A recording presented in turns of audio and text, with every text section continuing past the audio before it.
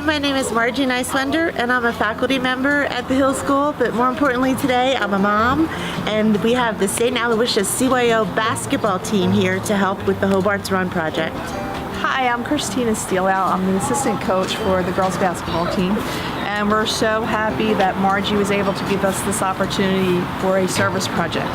Here's some of our workers, yeah?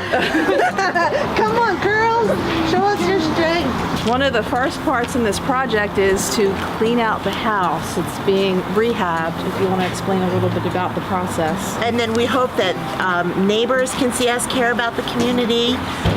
We're investing our time, and the girls are learning about community service, and we hope that the end product is that this house can then give back to the community and a place to stay, but also a place that you can see how you can make a difference. This is our head coach for St. Al's varsity girls basketball team, and his name is Paul Apilia, and he is the man that made this all happen today.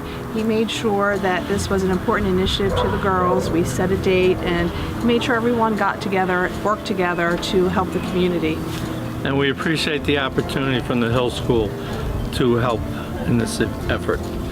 Hi, my name's Melissa, and I'm here today at 59 Edgewood helping out with the project going on to renovate the house here.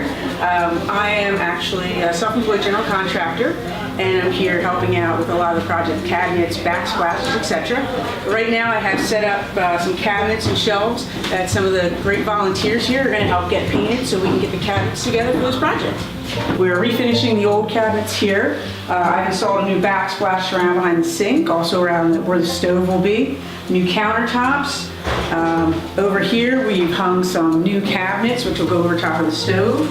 We're going to be putting in an over-the-stove microwave here. Again, a backsplash, new countertops, base cabinets, and also the new LVP flooring which is in the kitchen, which is actually waterproof, which is a perfect product for any wet areas.